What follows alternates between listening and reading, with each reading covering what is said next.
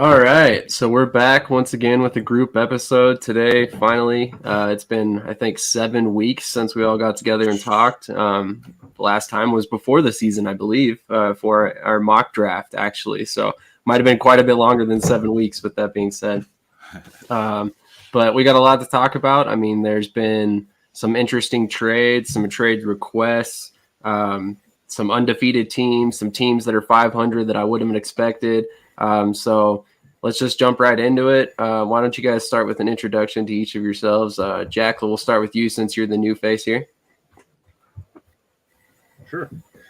I'm a retired police officer from Canada. I live in the United Kingdom now.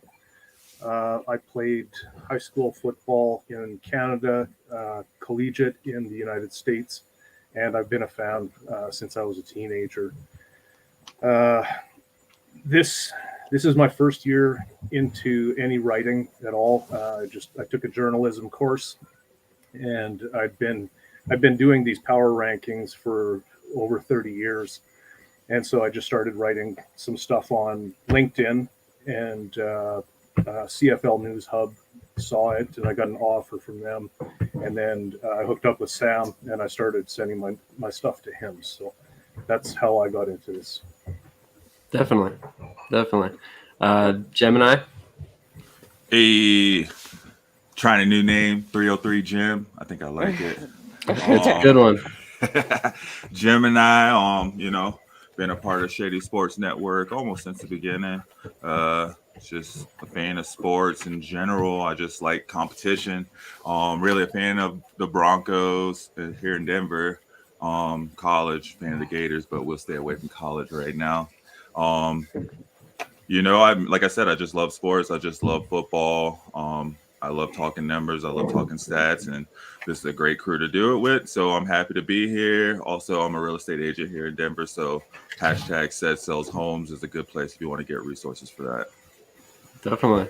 And go ahead, Ariel.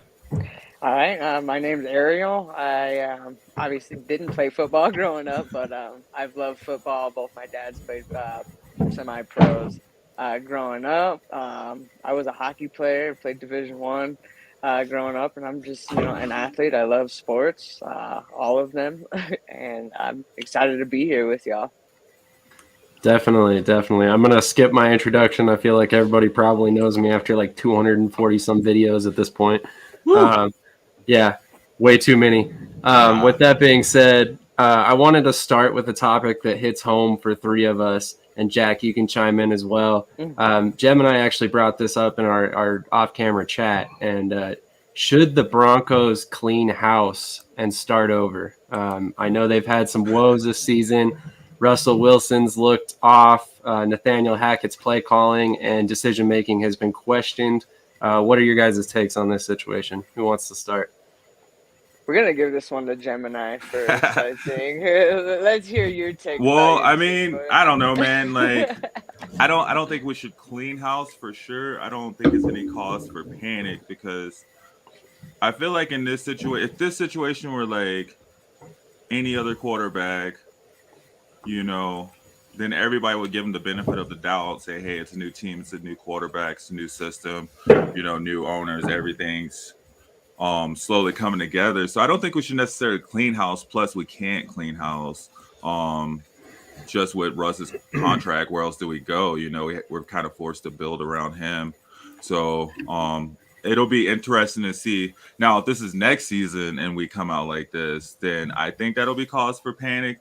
But right now, I think even just across the NFL, we're seeing some parity in teams that we thought were going to dominate, and players, like Aaron Rodgers, Tom Brady, where we're starting to question it as well. And it's still early, man. It's only a third of the season. There's an extra team in the playoffs. So we'll really see once, we turn the season, and after our bye week, I'd like to see how we come out. But I think right now, I don't think it's necessarily caused a panic, other than the fact that we continue to do the same things. We still have the play clock issues. We still have, the weird penalties. And we don't have anybody on defense outside of Pat Surtain right now, it feels like, in the secondary. So, cleaning house is definitely probably a way to look at it, but I don't think it's cause for panic right now. Hey, we're still above the Raiders, I'm pretty sure. I think actually no, we might be below the Raiders. So we'll see. We'll see after the bye week. There's a 1-win difference. Yeah, 1-win difference there.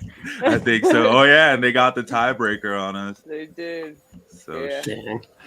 All right, Jack, what's your take on this situation?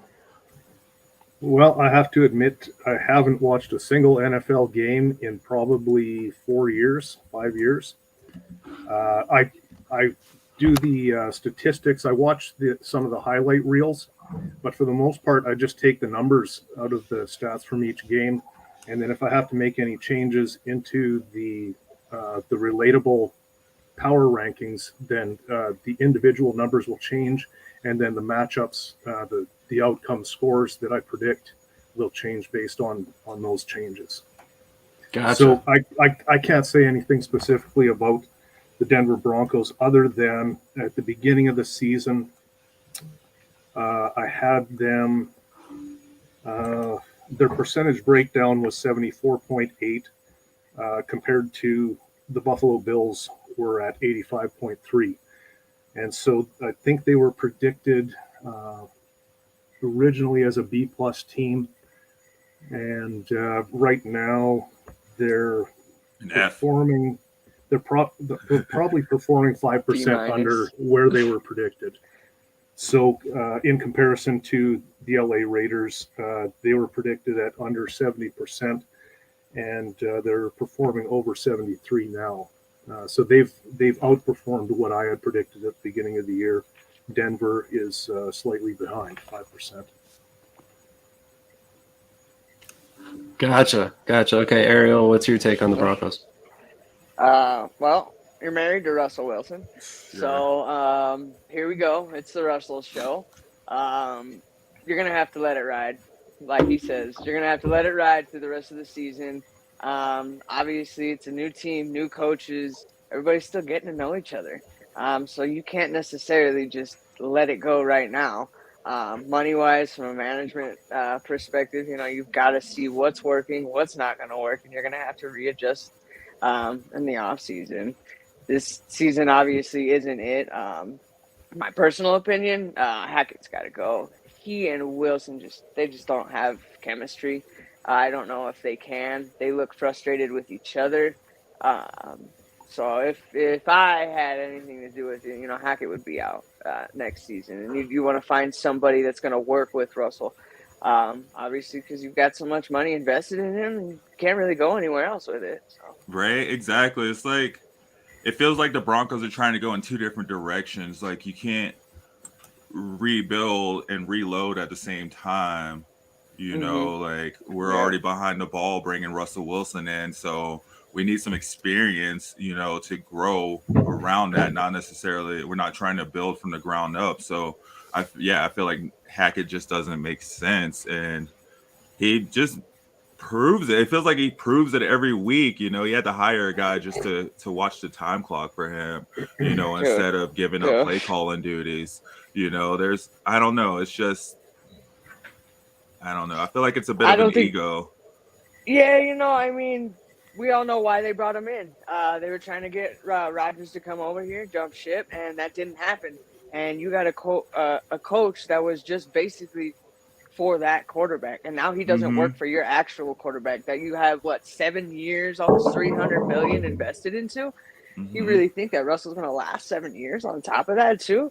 Like, one of my biggest pet peeves with the Broncos is stop getting quarterbacks from other teams that are washed up, and you need to find your own. I mean, my team, we may be struggling a little bit, but we're finding our own new young era. Ooh, you got Zappy. Talk about that. Can't talk about that. Yeah, exactly, and that's the thing. Like, I would have rather have seen Nathaniel Hackett trot out Drew Lock and just see what Drew Lock was just to get through the season, because I mean, could it have been worse than this? Good point. And you'd still have a lot more money in the bank to figure out what you're going to do later, and now you're just stuck. They're just stuck. We could have got Zappy next year. Oh no, he's staying. He's staying in New England for sure. You never know. It could be a Jacoby Brissett situation or something like that. But we got a couple comments from Sean Monahan. He says, Bradley Chubb and Jerry Judy trade talks for Denver.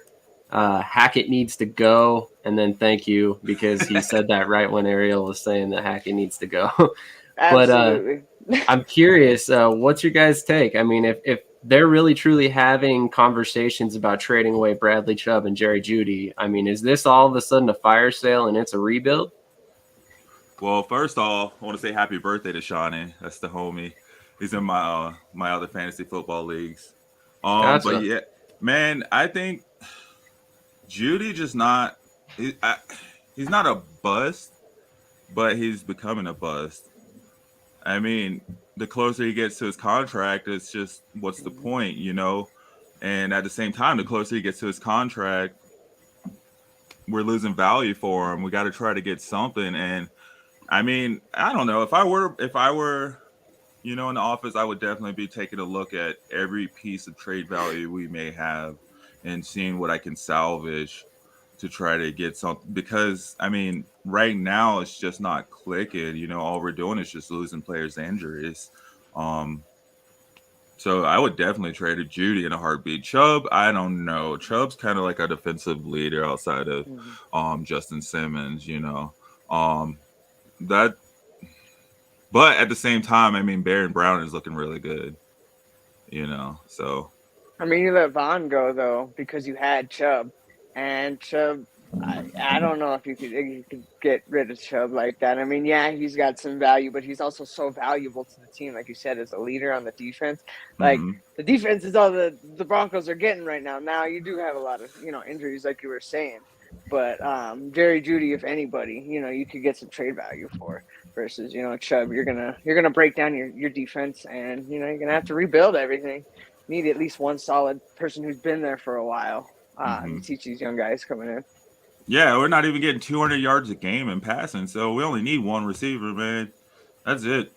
Put the rest of them up there to block. You know, like go follow Bill Belichick, man, and just run the ball. Like we might as well use Melvin Gordon, man. Might as well just run it down everyone's throats until I don't know, until Russ figures it out or something.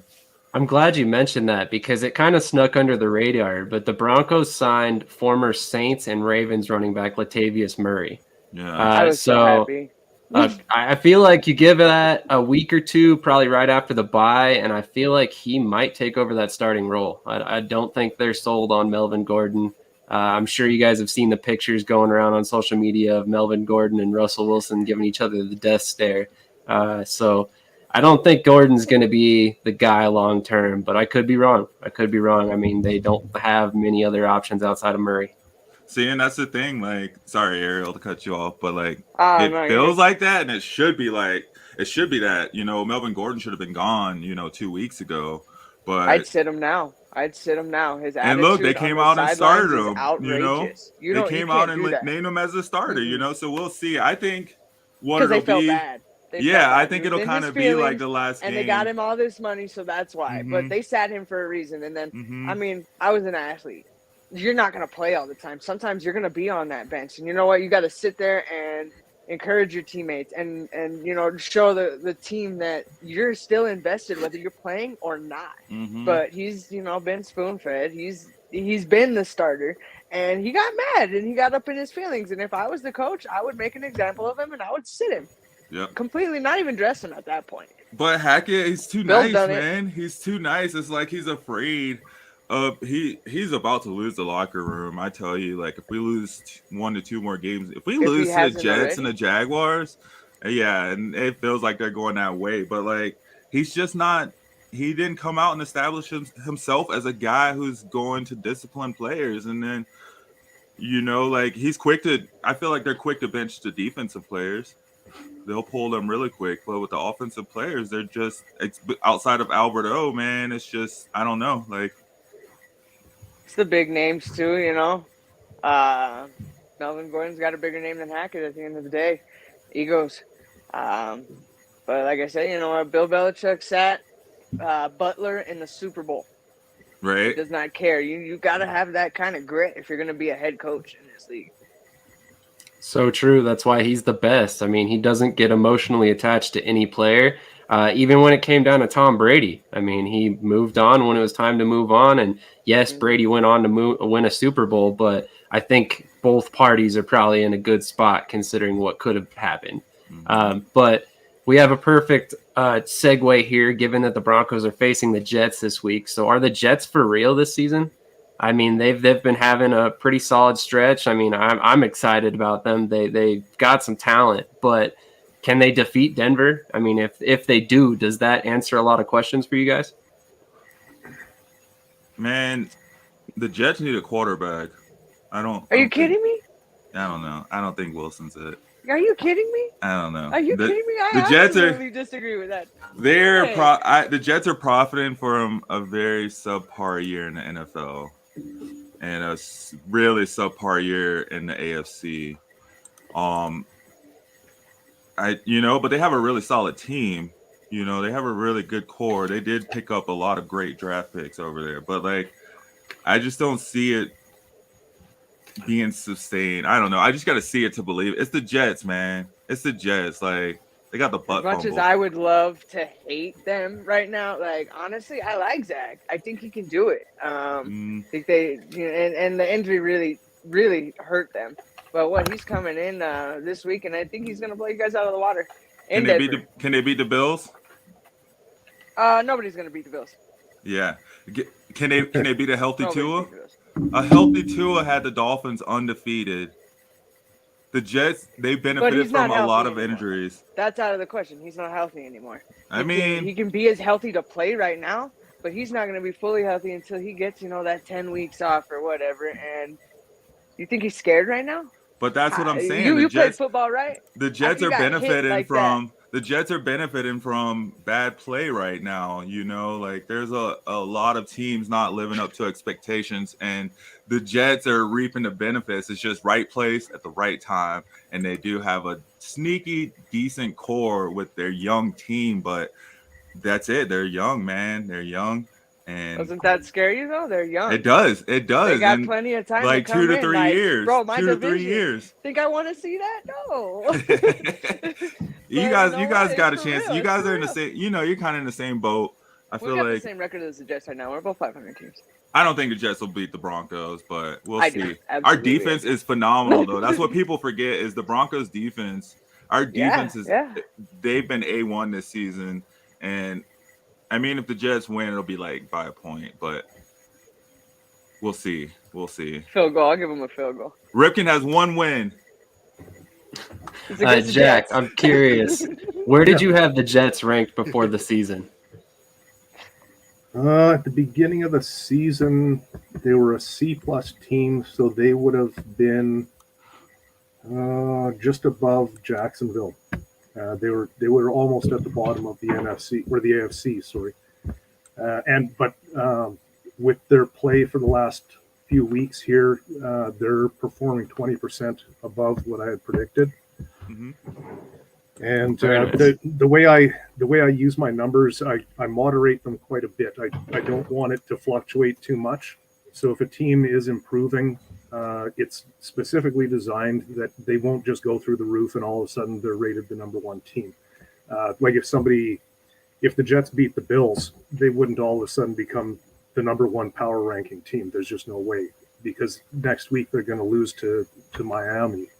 So I moderate the numbers, but specifically speaking, they're performing 20% better than I predicted at the beginning. And this coming game here, I have them predicted to lose to the Broncos. We're about to right that ship. Ripken train all day. There's a reason they kept him on the team. He's been through what, 3 different starters? How many teams, or how many years has he played? 3 to 5, something like that? 3 or 4. I think you were talking about this the other day, right, Sam? Yeah, he came in 2019.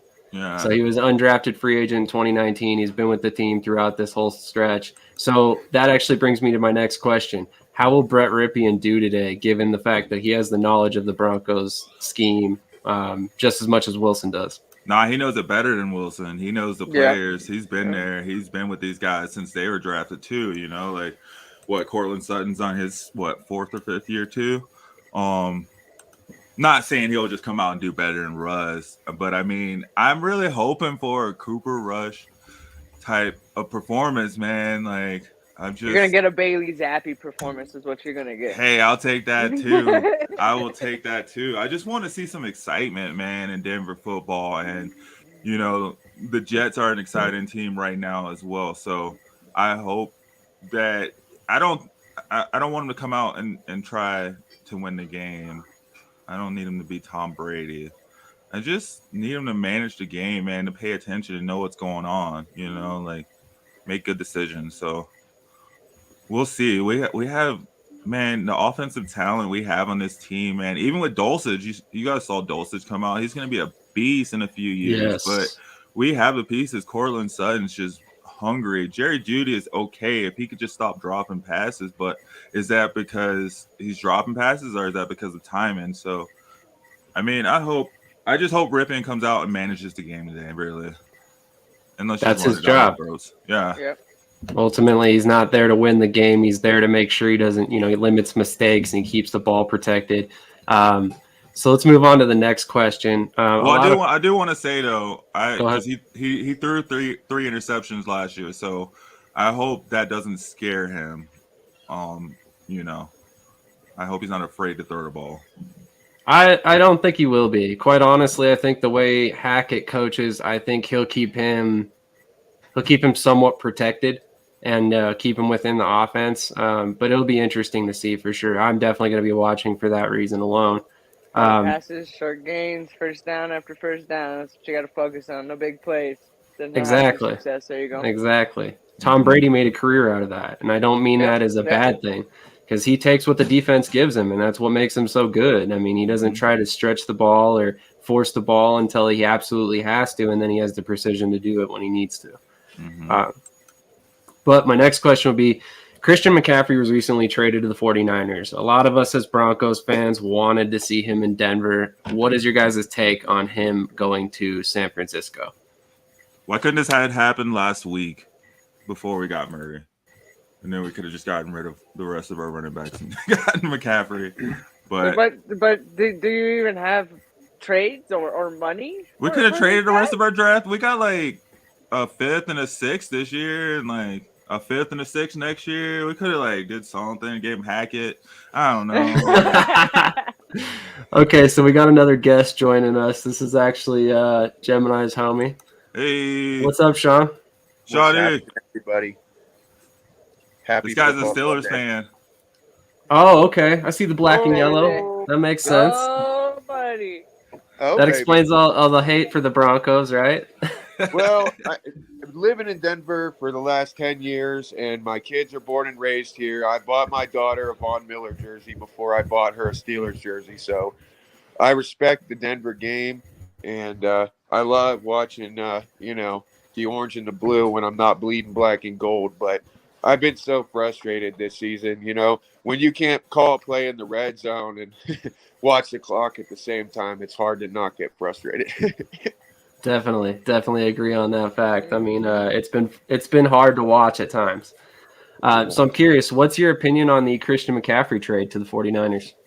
My opinion is that I'm very happy for him because obviously when you're in a situation like that in Carolina where, they're not figuring their situation out, he's on the field, 75 to 85% of the time, working his ass off, to try and get this team a W, and he's doing all the work, and, they can't spread it around.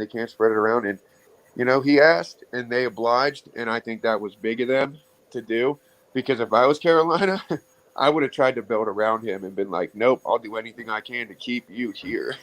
Yeah. So, and as far as San Francisco goes, I think that, I just worry that Debo and Ayuk, these guys are going to suffer a little bit of a share now. But I hope that Jimmy G can spread the ball around and they can get, a good play calling off. I mean, obviously, San Francisco is familiar with the running game. They had a good scheme going in. They've always had a handful of good backs back there, and now with CMC, they can just add to the scheme. So, sucks for Carolina, and I hope with the draft picks they can build. But kudos to San Francisco for getting them for nothing more than draft picks. They didn't have to trade anybody, and he obviously joined that team because he thinks they got a shot to go, or he wouldn't. So, I don't know. Hopefully, he can make San Francisco what they need to be going forward to get to the playoffs and get it done. Definitely. Let's just talk about Kittle for a second. Like, he's another Gronk who he loves to block. Is that not what he said? Yeah. He Right. loves to run block, dude. So this is gonna be Christian McCaffrey's best friend over here. He's gonna open things up. Not to mention, now they gotta worry about Christian. Yeah, everybody else is gonna open up the field, give them a lot more options. Like, they could be a little scary, like Sam said. Mm-hmm. I think Yeah. so. Yeah, I think so. I mean, I've said it before. You put Deebo Samuel and Christian McCaffrey in the same backfield. Yep. You line up with George Kittle, in tight, and then two wide receivers. That's essentially a spread formation because the defense has to treat both of those running backs as receivers because they're that good in the receiving game. So which way are you going to cover? Exactly. It's going to be very interesting to watch because you're going to force teams into nickel and dime defense, and then how are they going to defend the run? So it's going to be very interesting to watch. I got a question though. How do you think Deebo Samuel feels about it? Because he was already trying to get out of San Fran. He doesn't have to run the ball anymore. Isn't that what he didn't want to do in the first place? He gets to be a receiver like he wants to be. I think he's stoked. At the end of the day, they just want to win a freaking Super Bowl. They just got somebody who can help them get there. Yeah. The trick Definitely. playability that CMC has, that's what Debo was to them. And now they got CMC back there, and he can do it. So now Debo can run routes, and hopefully he can catch, 20 to 25% of the pass share and be that guy, like get yards after catch. Kittle can get out in front of him. Shit, Kittle can have a better pass share, I mean, all these guys, it might do for that offense exactly what it needs. And hopefully they can put some plays together into the schemes to make that legit. We'll see over the next couple of weeks. I'm excited. I love it when things like this happen midway through the season. I just read that Denver is in negotiations right now, talking about getting Chubb and possibly trading Judy away. What? Oh, wow. Yeah. That was on ESPN's top 10 things that happened today that are being talked about. Chubb in negotiations, and Judy might be going bye-bye. Wait a minute. So they're trying to get Chubb, as in Nick Chubb from the Browns? It just said in trading conversation for Denver, Chubb and Judy. It didn't specify as to Chubb for Judy, or I don't know. I think they put feelers out maybe to hopefully get Chubb, and I don't know if Judy probably was like, hey, man, look, I'm being underutilized. Let me out of here. It's another N'Keal Harry situation, and like Gemini said, get rid of him now while you have trade value. We sat so long on N'Keal Harry, first round draft pick, that we didn't have much to get for him. Yeah, he was undervalued. We could have tricked somebody and gotten a couple more picks, but Exactly. So I'm going to start with you on this question, Ariel.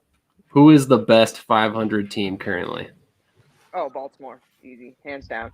I'd love to say the Patriots. I love them so much, but hands down, it's Baltimore. I mean, you've got, Tom Brady out there, you got Rodgers out there, and there's just not it. The hot team is Baltimore. That's fair. Even though they just lost to the Giants? Yes. Everybody's going to have a bad week. Everybody's going to have a bad week at the end of the day. I really think that they're explosive enough to come back out of it. But Tom Brady just lost to the Steelers. What about the 49ers? They just got, CMC.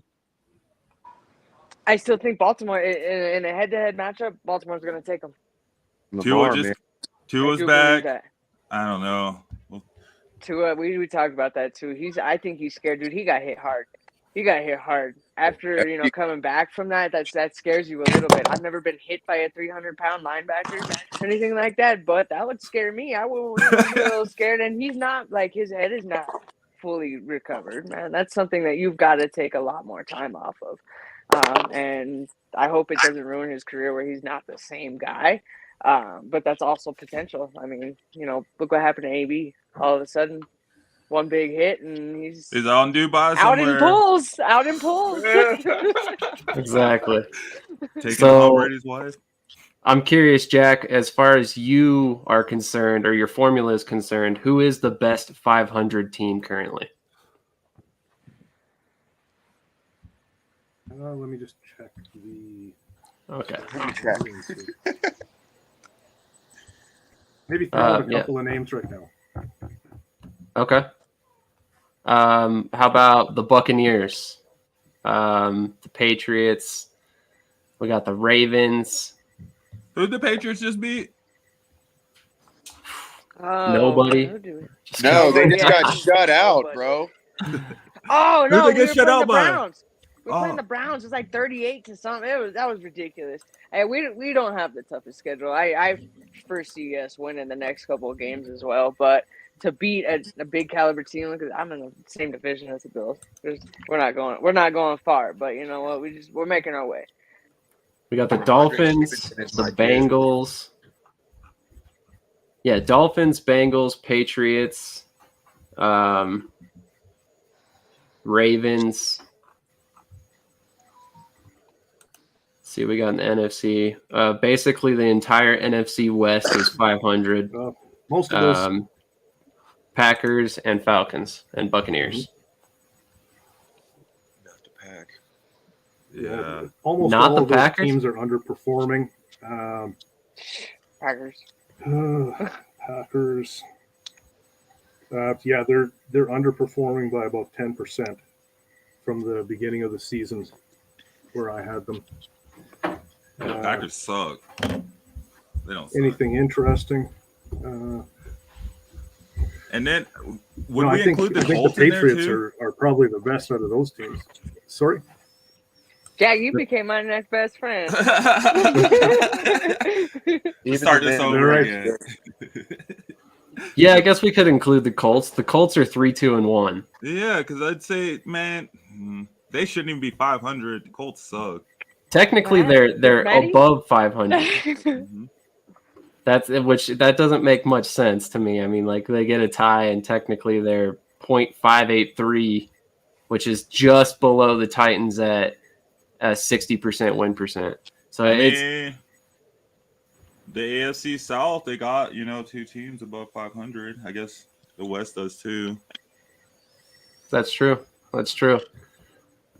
I guess So- they all do. Let's move on. What's your hottest take from this season so far? I mean, if you were to ask anybody, or be asked by anybody. Gemini, I know you got some strong opinions. I'm sure you got a hot take for us. I guess just, the Jets and the Giants both making the playoffs. That's one of them. Definitely. I could see that. Ariel, what's your hot take of the year so far?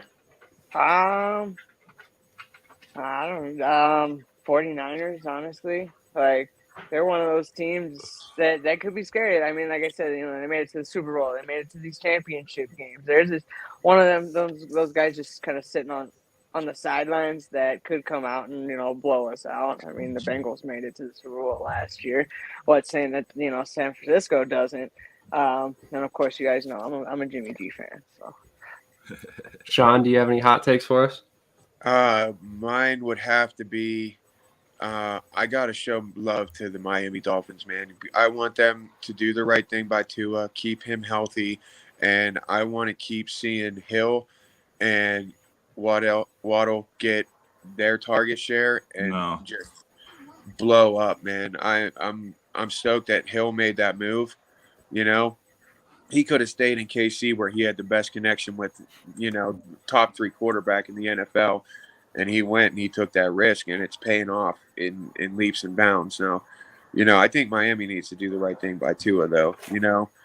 Like you were saying, man, he's shook. When he probably watched the footage of what happened to him, and he probably had a little turtle head poking out. That's Yeah. He had to go to Pittsburgh, to the University of Pittsburgh Medical Center, to the best head doctor in possibly the world to get treatment for his injuries. And now all of a sudden this next week he's just fired up and ready to go. They need to be careful, man. They need to be really careful. And it sucks that, Bridgewater being his backup underwent the same thing, just not as severe. Because Teddy was doing very well for them too, because they have the talent. And I think Mostert's doing good things in the backfield, especially in the red zone. So, yeah, my hot take so far this season, fantasy purposes and just all around fun to watch, has been Miami. And I have to say that on a day like today, because tonight, prime time versus Steelers, coming off a win at the Buccaneers, Najee's got something to prove. And, it sucks that Claypool wants out. I don't know if you guys heard, but Claypool's in negotiations with Green Bay. I have heard Wow, that. oh, That would wow. be scary. That's crazy. I did not hear Yeah. that. Yeah, Wow, so I'm okay. really looking forward to Sunday night, Miami Pittsburgh, because I bleed black and gold, but I think it's gonna be a kick-ass game. Who's going to be the quarterback in Pittsburgh? Kenny motherfucking Pickett, my dude.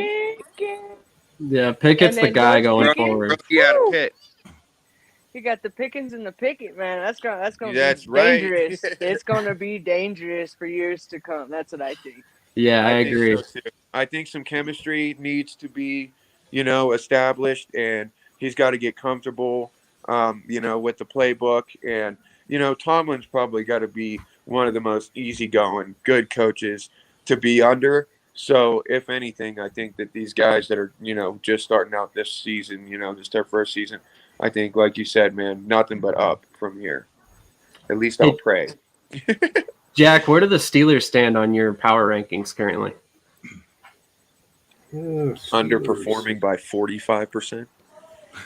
I don't know. Personally, I think with Pickett in, that might adjust some things. Because you got a rookie quarterback, you don't have that veteran experience to lean back on like they had planned with Trubisky.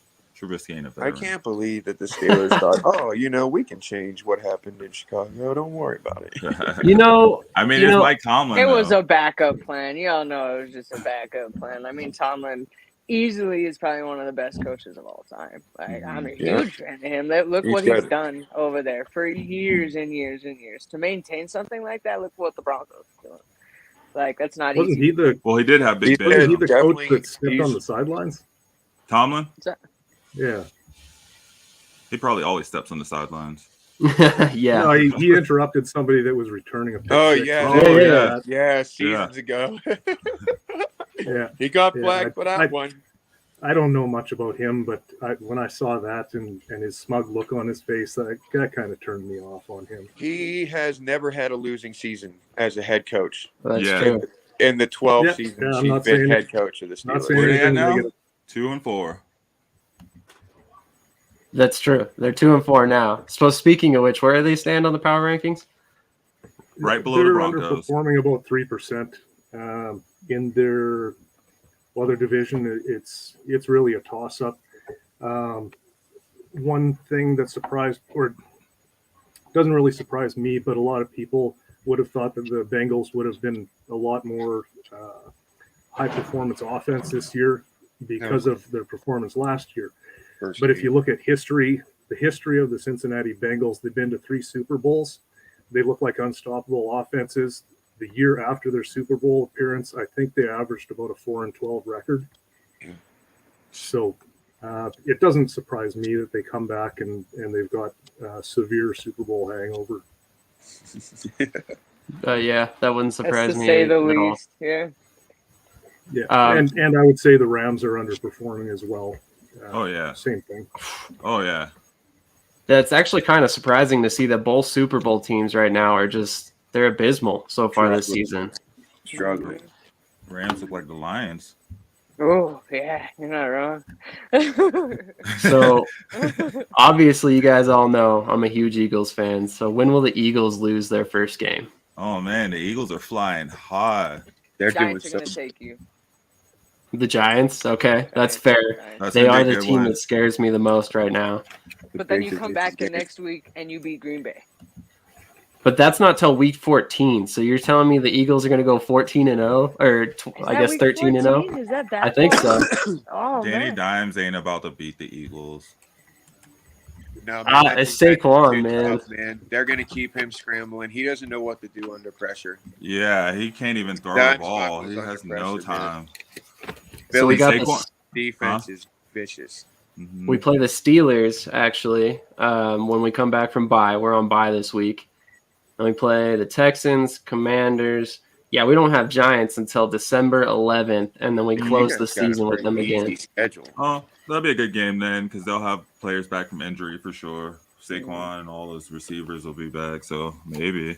Plus, We it'll do be have a pretty easy schedule. For the But at the next It's a same long time, season. all By you guys that are fighting time- for that division over there, so That's don't Yeah, count that's a- Dallas out that either. division is nuts right now. It's weird. The AFC true. South and the Yeah. NFC East are crushing it right now. And technically, the Eagles are the only team that has beaten Minnesota so far this season, too. So just throwing that out there. I mean, we have been tested by a couple teams so far, but I'm still very much up in the air as to how I think this season's going to end. I don't know that I'm sold on us being a Super Bowl contender quite yet. I don't know that we can run with Tom Brady or, teams like that in a shootout yet. I mean, we've been a team that gets ahead and then we keep that lead. And it's kind of been our downfall at certain times because we've run the ball a lot in the second half and played that ball control offense. And then, we let teams back into it like we did last week with Dallas. So I don't know, man. Honestly, I'm scared about our chances in the playoffs, as sad as that is to say so far. But, I mean, hey, I'll take the 6-0 record so far. We're padding it nice and heavy early on, so hopefully we don't falter down the stretch against, Dallas with Dak back, the Giants twice, the Packers, the Colts, all these teams that I think are going to be better in the second half of the season. I agree. I agree too. I think the divisional games are going to be the tough ones for you guys, and that's where it's going to be. Definitely. Quite honestly, I think we lose to the Cowboys this past weekend if Dak plays. I had originally said otherwise, but I think Cooper Rush proved to be the difference in that game, and it was definitely something that I did not expect to see. I don't think Dak's always hyped up to be. I totally agree. I like Dak, but I like Dak too. Can He's he got a do great it? attitude. He's got a good team around him too. But I watch him buckle under pressure every time it's on. He gets frustrated, and then the game's over. True. I just don't think he throws the 3 interceptions that Cooper Rush did. True that. So, I mean, that ended up being the difference. I mean, that we won by 9 points. It was 26-17 by the end of the game. So, was not the game it should have been. That should have been a blowout. But Makes for good games, though. That's for sure. So, I mean, with that being said, I mean, we're about to see kickoff on a couple different games. So, I figure we'll go ahead and let you guys get out of here and we can start watching some football and then we'll talk about it in the chats and stuff. Sean, it was a pleasure having you on. Jack, definitely thank you for coming on for your first appearance, man. Before we get out of here, why don't you explain a little bit about your formula for the power rankings and predictions you do For every sure, week? yeah. I first picked this up, I think it was about 1989. I bought a season preview book for the NFL, and it had the usual summary of each team's performance in the previous year and what they forecasted. And at the end of the book, there was a chapter on power rankings, and they had a numbered system in there, and it was really simple. It only had maybe 5 metrics for each team, and then as the season progressed, you'd modify these numbers and then put them into a calculation, and it would spit out the scores for both teams. So you'd get a total score plus you'd get a differential. So I used that for years, and I started adding extra things into it because I studied higher mathematics and statistics, and so I found other things that would be shown in trends in the statistics, and so I would use those numbers and add them in. So at the beginning of the year, I have to work off of the previous season's performances, and it's probably a couple of weeks to do all the calculations, and then I can come out with an individual ranking score for each team. And then as the season progresses, I use each week's performances to adjust those numbers, and then I recalculate everything again. So one thing that I've gotten away from now is calculating differences in a team's power ranking when they make big trades. I used to do that, but then it's based on my opinion. How much do I think a team is worth to somebody? So the last time that I did do that was when Tom Brady went to the Buccaneers, and I didn't want to go crazy on it. So I think the numbers I injected, I forecasted an extra 3 points per game for that team. And so as it turned out, I probably should have put 7 points a game for that team, just making that trade. But then if you look at a trade like Russell Wilson, you think that that's going to improve their offense automatically, and it doesn't seem to have happened yet just because the teams aren't clicking. So that's one thing that I don't go overboard on. The other thing is I do make allowances for draft, but then again, it's subjective, and if I've got a high opinion of a draft pick and I inject a bunch of numbers into that team for the coming year, and then that guy doesn't even get off the bench, then I've wasted my time. So I don't even calculate that. The draft picks I do, but it's such a small number, and I allow the numbers to catch up to themselves during the progression of the season. And with the draft picks, I'll take probably 8 or 10 sources off the internet, people who have analyzed the draft picks, and then I'll come up with a median score based on those 8 or 10 experts, and I'll inject 1 or 2% based on the draft picks. So now my system, I've probably gathered 10 or 12 metrics for each team, and then that goes into the individual power rankings at the beginning of the season, and then during the season, it's probably only an hour of paperwork to get the teams caught up for the next week's power rankings. And I'm not going to give you the formula because that's mine. Oh, absolutely. I have actual property rights on it. So, but it is pretty complicated, and I know from looking at the other pick masters on the internet, there is one that is completely based on computer statistics, and when they put out an article, there's no fluff in it. It doesn't say, oh, this guy had a great game and that's why their ranking goes up. It just says the computer analyzed this and their score comes out as 73.8, which puts them into third place in their division. That's all that it says. And because it's based just on numbers, and mine is based on numbers, my opinion of a player or a team doesn't go into it. And so then I can't skew the numbers just because I like a certain team. So it's just numbers based. Definitely. I mean, it's been very interesting to follow. One of the first things that I called out when I read your first article was the fact that you picked the Seahawks over the Broncos, and I immediately was like, wait a minute, you're picking Seattle over Denver, and you're like, just relax. It's based on the numbers. Just watch the games, basically. And sure enough, you ended up being correct. You predicted the victory there. And I think, correct me if I'm wrong, but you're nearing 60% on your picks this year so far. Yeah, it's about 60%. If you look at my CFL picks, I think I'm around 70% now. Exactly. Yeah. So it's as the season goes, it gets better and better and better. It dials the numbers in, yeah. And I've been in pools where you're just picking straight winners, and I've only won the pools once or twice, but I'm always in the top 3. Because there's no emotion that goes into my picks. It's just numbers, and I go with the numbers. And my opinion, really, when I write an article, what appears in between the predictions is just fluff. True. Yeah, I like it. I mean, I like how you do it. It's been a pleasure, having you on and producing your articles, and I look forward to the next ones. But definitely, if you haven't caught them, they come out every week. ShadySportsNetwork.com.